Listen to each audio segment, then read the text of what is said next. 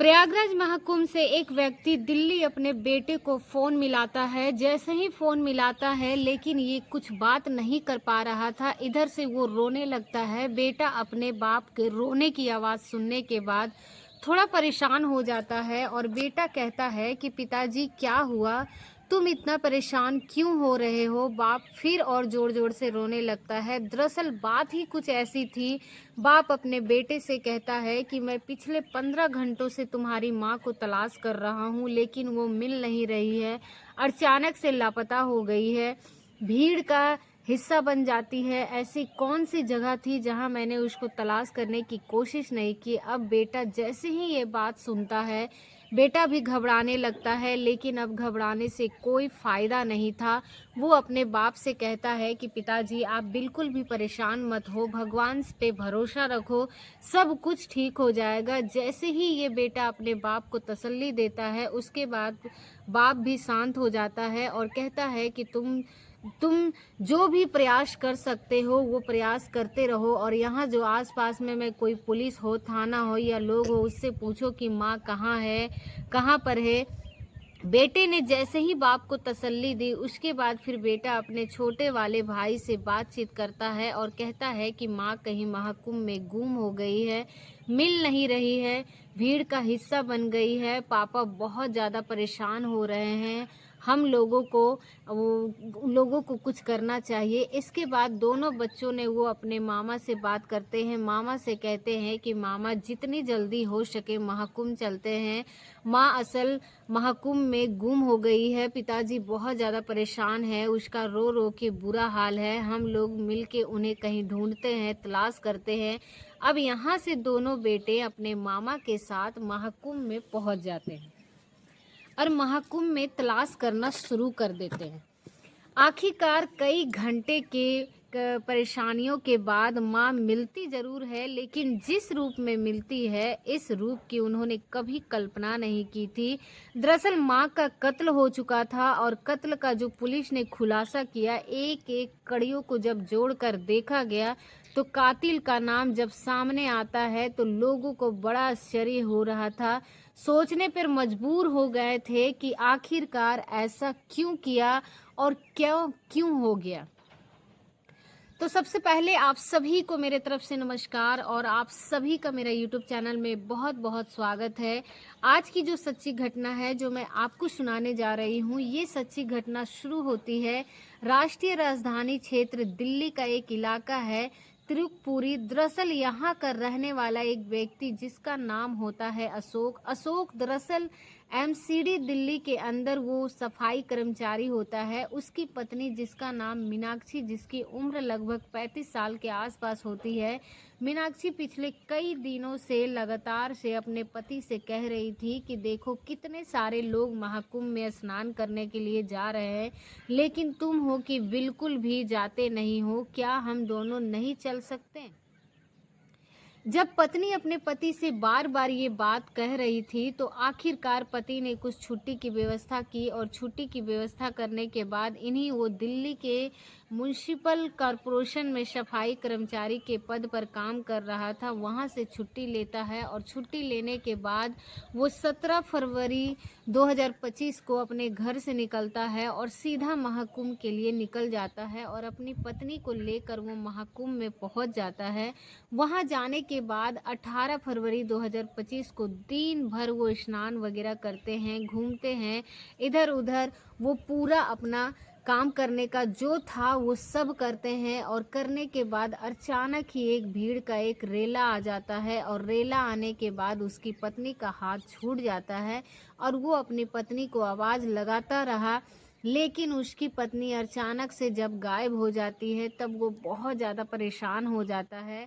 अब आसपास में कोई पुलिस वाला दिखाई दे रहा था तो वो पुलिस वाले के पास जाकर कह रहा था कि साहब मेरी पत्नी मेरे साथ ही थी, अभी नहा रही थी, लेकिन अचानक हम लोग बाहर निकलते भीड़ में कहीं गुम हो गई है। मैंने उसको हर जगह तलाश करने की कोशिश की लेकिन मिल नहीं रही है, आप मेरी मदद कर दीजिए। वहाँ से कुछ कुछ नहीं होता है। उसके बाद वो खोया पाया केंद्र पहुंचता है। खोया पाया केंद्र में जाने के बाद वो अपनी पत्नी के बारे में इधर उधर लोगों से बातचीत करता है और बातचीत करने के बाद वहाँ से निकल आता है। फिर वो फील्ड में जाता है। जब कब पूरी रात उसको ऐसे ही बीत जाती है। अगला दिन निकलता है। अगला दिन निकलने के बाद वो अपने बेटे को फ़ोन लगाता है, क्योंकि घर पर 3 बच्चे थे। बड़े वाले बेटे को फ़ोन करके कहता है कि बेटा, तुम्हारी माँ कहीं गायब हो गई है। ऐसी कौन सी जगह है जहाँ मैंने तुम्हारी माँ को तलाश नहीं किया है। आखिरकार करूँ तो क्या करूँ लगता है। और वो अपने बेटे के सामने रोने लगते हैं, गिड़गिड़ाने लगते हैं और परेशान होने लगता है। तब बेटा कहता है कि पापा, बिल्कुल भी परेशान मत हो, सब कुछ ठीक हो जाएगा, सब बिल्कुल पहले जैसा हो जाएगा, लेकिन आप बिल्कुल घबराओ मत। पापा, उम्र में उनकी 38 साल के आसपास की थी, माँ की उम्र लगभग 35 साल के आसपास। अब ऐसी स्थिति में जो लड़के थे, जिसका नाम अश्विनी होता है, अपने भाई से कहता है कि आदर्श से कि पापा का फ़ोन आया था, पापा बहुत ज़्यादा परेशान हैं और इसीलिए हम लोगों को भी महाकुंभ चलना चाहिए, अपनी माँ को ढूंढना चाहिए, पापा की मदद करनी चाहिए। वो अपने मामा को फ़ोन करते हैं, यानी कि परवेश को फ़ोन करते हैं और परवेश, आदर्श और आसमानी तीनों मिलकर दिल्ली से प्रयागराज के लिए वाहन पकड़ते हैं और वहाँ से सीधा प्रयागराज पहुँच जाते हैं। और प्रयागराज में सबसे पहले उतरते हैं वो प्रयागराज जंक्शन पर। और वहाँ जाने के बाद तीनों के हाथ में एक एक फ़ोटोग्राफ होता है और फ़ोटोग्राफ लेने के बाद वो स्टेशन पर गुजरने वाले हर व्यक्ति के पास जा रहे थे कि क्या तुमने इन्हें देखा है, इनका नाम मीनाक्षी है, दिल्ली की रहने वाली है, वगैरह वगैरह। तिरुपपुरी में वो रहती है और इस तरह की अलग अलग पहचान, अलग अलग जो भी हुलिया था वो बताने की कोशिश कर रहे थे, लेकिन तीनों आपस में एक दूसरे के संपर्क में थे। उन्हें ये भी डर लग रहा था कि भाई छोटा था, कहीं ऐसा ना हो कि भाई भी गुम हो जाए। ऐसा करते करते एक थाना, फिर दूसरे थाना, फिर तीसरे थाना, फिर जहाँ जहाँ भी इन तीनों को मौका मिल रहा था, अश्विनी, आदर्श और उनका जो मामा होता है परवेश, हर जगह जा रहे थे। थाने, चौकी वगैरह जो भी है, पुलिस वाला दिखाई दे रहा था, कोई भी ऐसा आदमी दिखाई दे रहा था जिससे क्या मदद मिल सकती है। वो उनके साथ में एक शक्ति लगी हुई थी।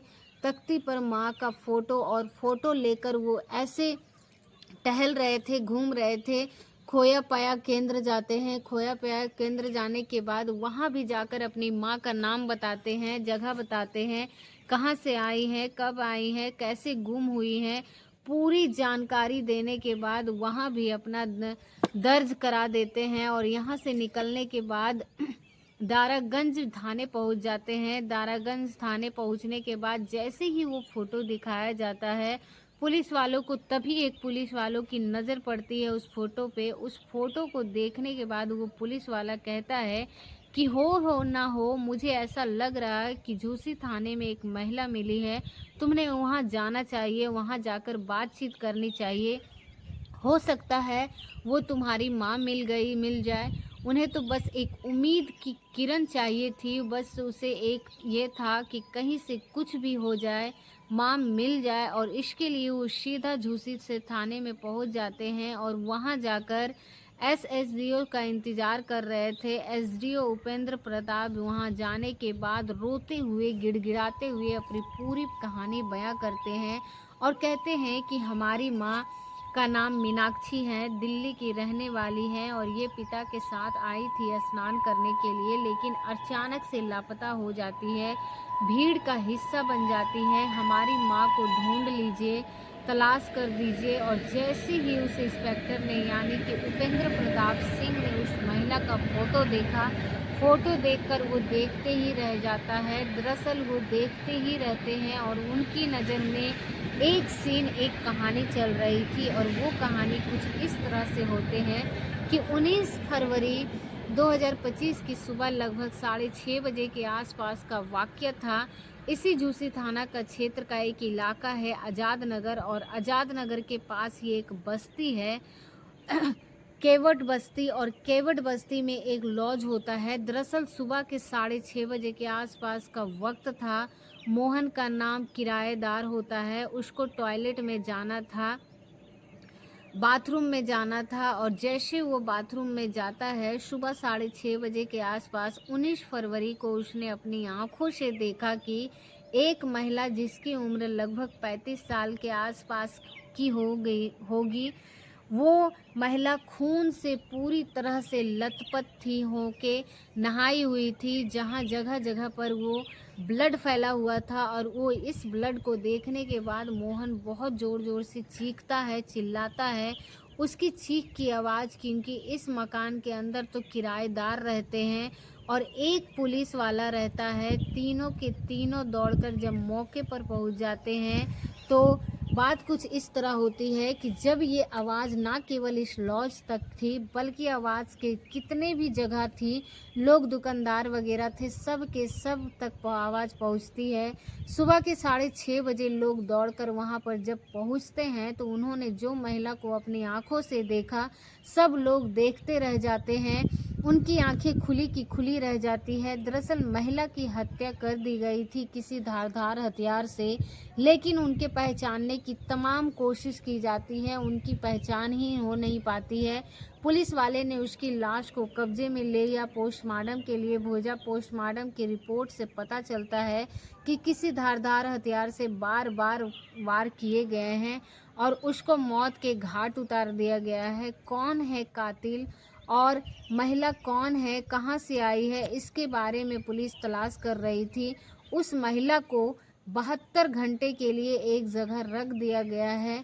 जैसे कि हर मामले में गुमशुदगी वाले में एक ऐसा ही होता है कि 72 घंटे तक वो अनजान लाशें होती हैं जिनकी कोई नाज नहीं होती है। उनके परिवार वालों को किसी की रिश्तेदार का 72 घंटे का इंतज़ार किया जाता है और इसके बाद पुलिस प्रशासन ना किसी सामाजिक संस्था की मदद से या फिर अपने आप से खुद से अंतिम संस्कार करवा देते हैं। लेकिन अभी 72 घंटे का समय हुआ नहीं था और वो ये बात है कि 20 फरवरी को ये ढूंढ लेते हैं और जैसे हैं उसके बाद फिर एसडीओ को कहते हैं कि आप एक काम करो, कुछ भी करो, आपको पोस्टमार्टम हाउस जाना चाहिए। तभी वो पुलिस वाले को बुलाते हैं, पुलिस वालों को बुलाते हैं और कहते हैं कि इन तीनों को आप पोस्टमार्टम हाउस लेकर जाओ। और वहां जाने के बाद जो महिला मिली उसे एक लॉज के अंदर उसकी लाश मिली थी, उस महिला को दिखाओ। हो सकता है कि इन्हें ये उसको पहचानने की कोशिश करे, हो सकता है कि इनका उनसे कुछ लिंक हो।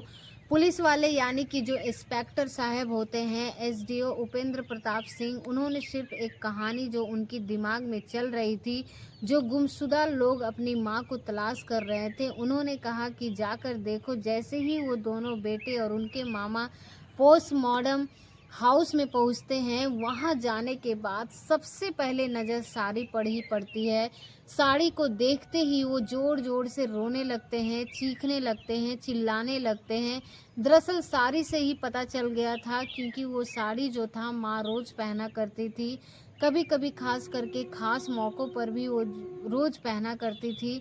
माँ को देखते ही, माँ के पैरों को देखते ही, हाथों को देखते हैं और उसके चेहरे को देख रहे थे, और जैसे जैसे उनको देख रहे थे वैसे वैसे अपनी माँ से लिपट लिपट के रो रहे थे, क्योंकि माँ इस दुनिया में थी नहीं और चाकू की गोद से हर किसी को हत्या कर दी गई थी। हत्या किसने की, क्यों की, यही एक सवाल था। जब वो एसडीओ के बात पर वहाँ पहुँचती है, उपेंद्र प्रताप सिंह कहते हैं कि तुम परेशान बिल्कुल मत हो, इस मामले की जांच की जाएगी और जितनी जल्दी हो सकेगा कातिल का सुराग निकलेगा।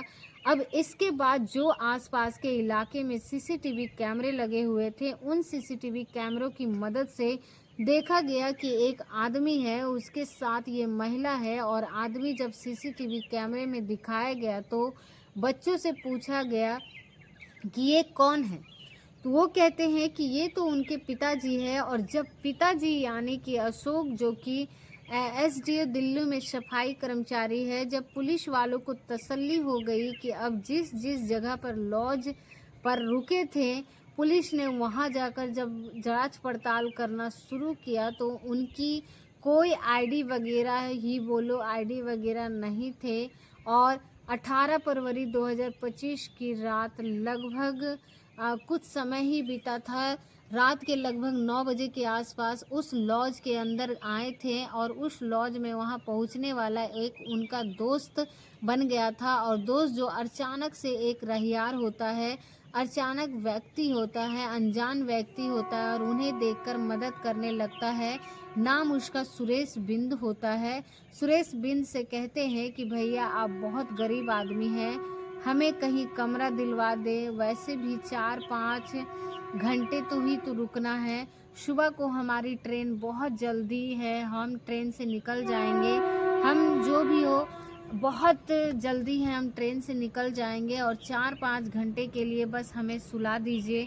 सुरेश बिंद ने कहा तुम परेशान मत हो, मेरी जानकारी में एक लॉज है, आप वहां चले जाओ, वहां जाने के बाद आप आराम से रहना, महज कुछ पैसे में आपको देने पड़ेंगे, ठीक है, कोई दिक्कत नहीं है। मैं वहां जाते समय उससे आईडी मांगी जाती है, कह रहे थे कि भैया की थोड़ी देर के लिए तो रुकना ही है, अब क्या आईडी लेट लोग बोलेंगे, नंबर नोट कर लीजिए, बोलेंगे नंबर है, इसीलिए तो इतने सारे परेशानियों का सामना करना पड़ता है। उसके बाद कहानी को जोड़ने की कोशिश कर रही थी कि आखिरकार ये कैसी जुड़ी।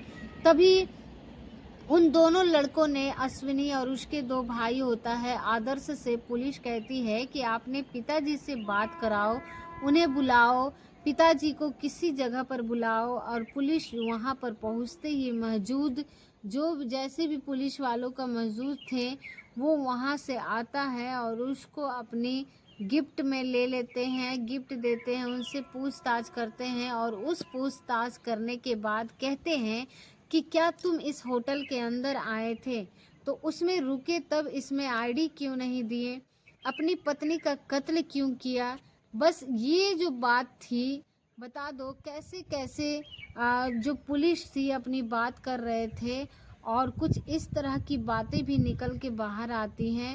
वो बहुत सारे जो भी है, शुरुआत में तो इस तरह की बातें जो अक्सर जो क्रिमिनल होते हैं वो पुलिस शुरुआत में ऐसे ही बात करते हैं, लेकिन पुलिस ने जब सख्ती से पूछा तो सख्ती से पूछने के बाद उसने बता दिया कि रात के 1 बजे के आसपास की बात है।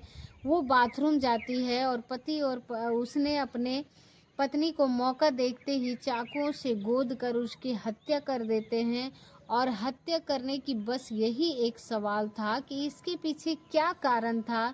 पुलिस वालों ने जो है पुलिस वाले वो परेशान हो जाते हैं और वो दरअसल वो बताता है कि अशोक की दिल्ली में किसी महिला से अवैध संबंध था और इस बात की जानकारी मीनाक्षी को हो जाती है और मीनाक्षी इस बात पे बहुत ज़्यादा गुस्सा होती है, बहुत ज़्यादा नाराज़ होती है। और जब जो उन मीनाक्षी इस बात की विरोध करती है रही थी तो इसी बात को देखते हुए घर में किसी न किसी बात को लेकर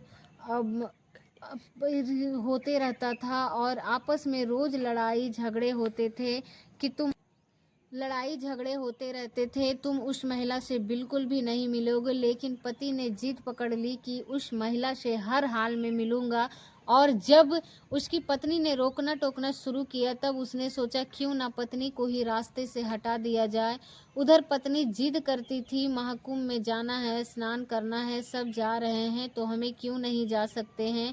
वो अपनी पत्नी को स्नान करने के बहाने लेकर जाता है और काश तलाल सोशल मीडिया पर एक वीडियो अपलोड करता है दिखाने के लिए कि ये क्या हमारे रिश्ते कितने अच्छे हैं, कितने ठीक ठाक हैं। और जो भी है जब निकल रहा था तो सीसीटीवी कैमरे में वो कैद हो रहा था और उसने अपनी पत्नी का हाथ पकड़ा हुआ था। कोई जिद नहीं थी, आराम से चल रहे थे और अच्छे अच्छे उसकी पत्नी को भी एहसास नहीं था कि ये कुंभ जो का है जो स्नान होगा उसकी ज़िंदगी का ये आखिरी स्नान होगा। वहाँ उसका पति उसे मौत के घाट उतार देता है। लेकिन ये कहानी जो उसका झूठ था, ये उसके फरेब था, जो उसकी चालाकी थी, किस तरह से उसे बताया है कि तुम्हारी माँ महाकुंभ में गायब हो गई है। वहाँ रो रो के बुरा हाल है। जो भी है पूरी जानकारी उनको बताते हैं, लेकिन पुलिस के सामने ज़्यादा देर टिक नहीं पाते हैं। पुलिस ने आरोपी यानी कि अशोक को गिरफ्तार किया और करने के बाद उसको जेल भेज दिया। और महिला का जो मायके था, उसका परिवार होता है, वहाँ उससे इस व्यक्ति की शादी हुई और वो उत्तर प्रदेश के जिला बुलंद में सरकार में रहने का एक जगह है, वहाँ की जो महिला रहने वाली होती है। परिवार वालों को जब इस बात की भनक लगती है, पता चलता है कि जो परिवार वाले लोग हैं जो बहुत ज़्यादा परेशान होते हैं, और इस पूरे घटनाक्रम को सुनाने का उद्देश्य किसी को परेशान करना नहीं, किसी को दिल दुखाना नहीं, बल्कि आपको जागरूक करना है, आपको सचेत करना है। जिस तरह से उस व्यक्ति ने लगभग 38 साल के आसपास की उम्र रही होगी, उसने एक महिला की वजह से अपनी ही पत्नी का, जिसके 3 बच्चे वो रहते हैं, और वो उसके साथ ही वो दगा कर देते हैं और खुद भी शायद हमेशा हमेशा के लिए